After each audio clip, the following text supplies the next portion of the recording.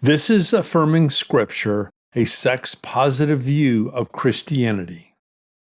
Abomination, tobah, is a technical cultic term for what is ritually unclean, such as mixed cloth, pork, and intercourse with menstruating women. It's not about a moral or ethical issue. Episode 5. What's with all the rules in Leviticus?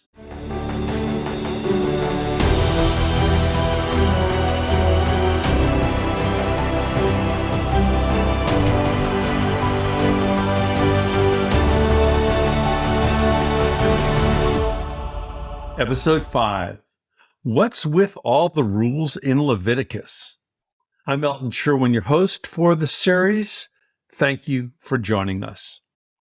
If you know LGBTQIA plus Christians who have struggled with guilt because of the negative messages they've heard in church, in Bible study, or in Sunday school, please send them a link to this series. Previously, we looked at the first two clobber verses in the Old Testament, the stories of Sodom and Gomorrah and the death of the Levite's concubine. Neither story was about consensual relationships. Both were about sexual violence. Then, in the last episode, we looked at the two remaining clobber verses in the Old Testament in the book of Leviticus. Leviticus 20:13. If a man lies with a male, as with a woman, both of them have committed an abomination, they shall be put to death. Leviticus 18:22 is similar, but without the death penalty. You shall not lie with a male, as with a woman, it is an abomination.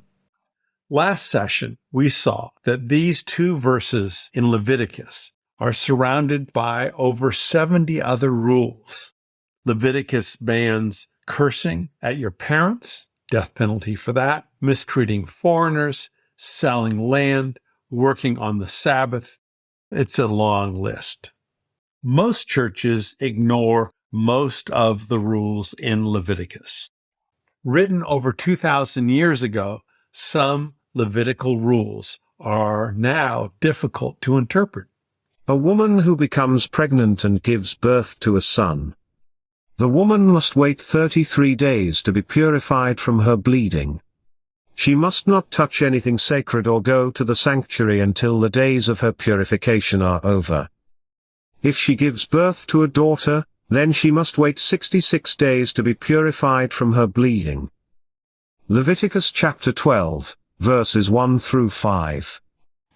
1 month of no intercourse and no church if you have a boy, and 2 months of no intercourse and no church if you have a girl. Some parts of Leviticus are sinful, and some parts are illegal today. Leviticus chapter 20, verse 9. Anyone who curses their father or mother is to be put to death. That's both wrong and illegal. So what's going on with this jumble of over 70 rules or laws in Leviticus? Bible commentator Janet Edmonds comments on the Levitical laws. All these texts were concerned with ritual purity and were intended to distinguish Israel from its pagan neighbors. The holiness codes. Edmonds continues. Sex with temple prostitutes, family members, and homosexual sex was performed at the Canaanite temples and thought to bring good luck, to help crop and livestock production. Wow. Canaanite temple sex. You can see why Jewish leadership forbade the men of Israel from participating. And then there is abomination. Abomination, tobah, is a technical cultic term for what is ritually unclean, such as mixed cloth, pork, and intercourse with menstruating women. It's not about a moral or ethical issue. That's a quote from Dr. Ralph Blair. You shall not lie with a male as with a woman. It is ritually unclean. That does change things a bit. Ritually unclean or an abomination. The rejection of the Levitical holiness codes was central to the creation of the new covenant. In the Levitical holiness codes, and here I'm quoting as I was a moment ago from Dr. Ralph Blair.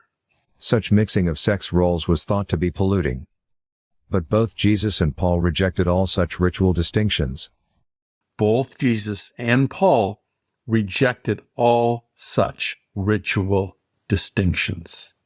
This rejection of the Levitical holiness codes was central to the creation of the new covenant.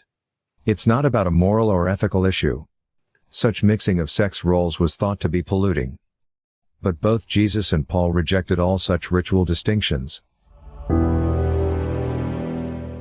A disputed translation and a very confusing context. The translation is disputed. Is it an abomination or ritually unclean? The context is a Jewish holiness code, and it may be talking about temple prostitution. It may be talking about rich men having sex with young boys, and it may be an STD warning. Perhaps all of the above. It's a high bar to claim the Bible condemns all same-sex relationships. To claim that gay men and gay women must abstain from all sex, never marry, and forgo leadership and teaching positions in churches, the scriptures would have to be clear, undisputed in translation, affirmed by their context, and not contradicted by the prophets or Jesus. These clobber verses in Leviticus are disputed in translation, challenged tremendously by their context. And as we will see in the next few episodes, they are contradicted by the prophets and Jesus and even the Apostle Paul. As I said in the last episode, there is no biblical case against same-sex relationships without these two verses. As we saw previously, the first two clobber verses were about rape and attempted rape. Similarly, we will see in upcoming episodes the three New Testament clobber verses used to condemn same-sex relationships are actually about abusive sexual practices that are illegal today.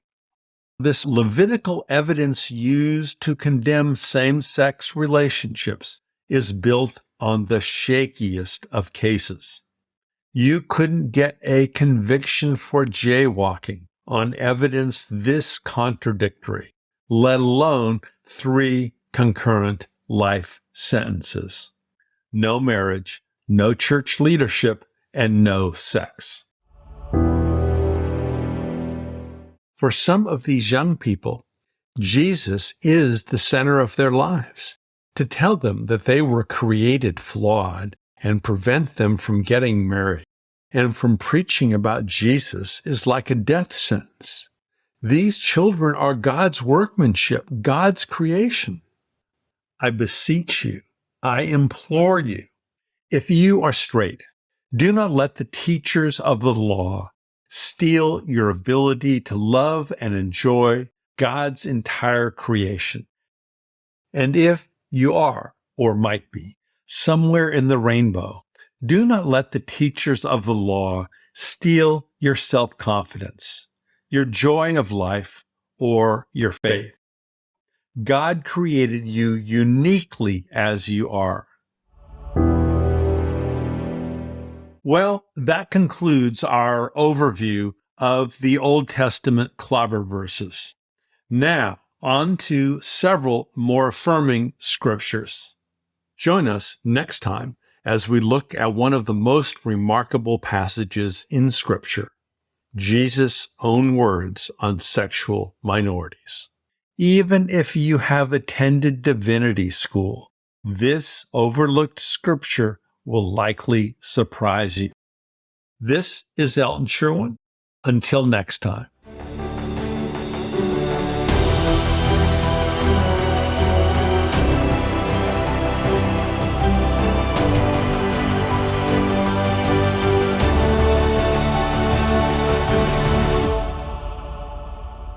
If this material is new to you, I have put several URLs in the podcast notes.